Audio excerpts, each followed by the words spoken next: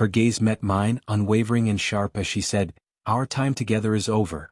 There was no hesitation, no softening of the words, just a clear, unflinching finality. I packed my things quietly and left, carrying only the weight of her decision. Weeks later, I found myself moving in with her cousin. My phone buzzed constantly with her calls, but I ignored them all. There was no shouting, no smashed dishes, no desperate pleas. It was the quietness, the calm, emotionless ending, that cut deepest. It had been an ordinary Tuesday morning, the kind that dissolves into routine without fanfare. We were at the kitchen table, her hands wrapped around a warm mug, scrolling through her phone as though nothing had shifted. Without looking up, she said, "It's over between us." I froze, a lump forming in my throat. "What do you mean?" I asked, my voice tight. She finally lifted her eyes to mine, stripped of warmth or doubt. "I don't want this anymore. You need to go." That was it. No explanation, no debate, just a cold verdict, as if she were a judge and I had been found guilty of some unspoken crime. Her calm, almost detached tone revealed that her emotional departure had come long before the words left her lips. I could have pleaded or demanded reasons, but what would that accomplish? Why convince someone to stay who had already decided to leave? I walked to the bedroom, grabbed a suitcase and began packing. My hands moved automatically, my mind spinning with uncertainty. I had nowhere to turn. Friends lived in cramped apartments and my parents were a 2-hour drive away. Then I thought of her cousin, Leah.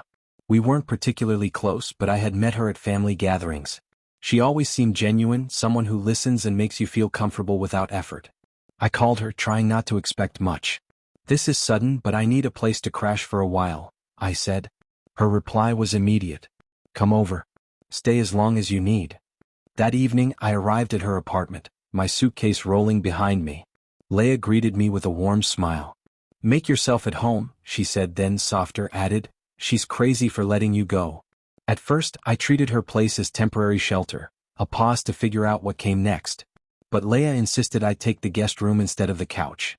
We fell into an easy rhythm. She brewed coffee each morning, leaving a mug for me, and I started cooking dinners a few nights a week.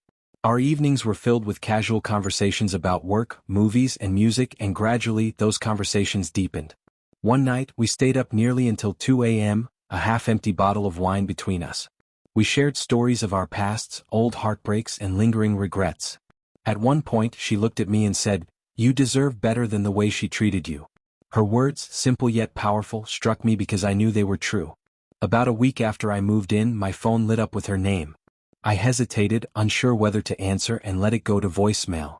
A text followed. "We need to talk." I ignored it. The next day she called again. This time I picked up. "What do you want?" I asked. "I heard you're living with Leah," she said, her voice edged with frustration. "So what?" I replied. "I don't think that's right." I laughed softly. "Why do you care? You're the one who ended things." After a long pause, she muttered, "It just doesn't sit well with me," and hung up. Her calls became daily, alternating between anger, "You're making a huge mistake," and false sentimentality, "Remember our beach trip last summer?" She wasn't reaching out to rekindle anything. She was trying to maintain control, unable to tolerate the thought of me moving on, especially with Leah. Meanwhile, my bond with Leah grew stronger. She was intelligent, compassionate, and made me feel seen in ways my ex never had. 2 weeks in, we went out for dinner, not a formal date, but the spark between us was undeniable, something I hadn't noticed before, perhaps because I was too broken to recognize it.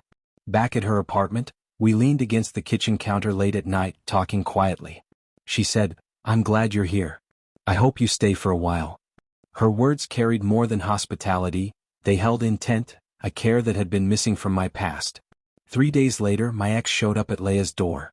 We were watching a movie when a sharp knock cut through the room. I opened the door to find her standing there, arms crossed, eyes blazing. "Can we talk?" she demanded. I stepped outside, closing the door behind me. "What is this about?" I asked. "This, with Leah." "It's wrong," she spat. I laughed in disbelief.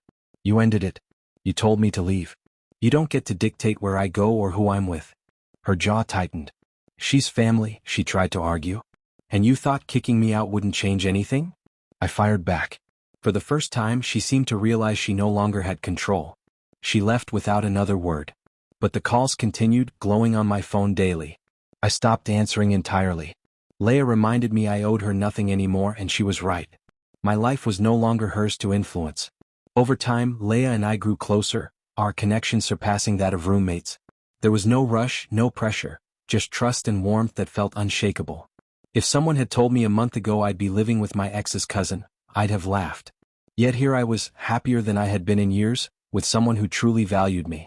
Meanwhile, my ex continued to struggle, calling and texting, unable to reconcile with the fact that I had moved on. But I had closed that chapter.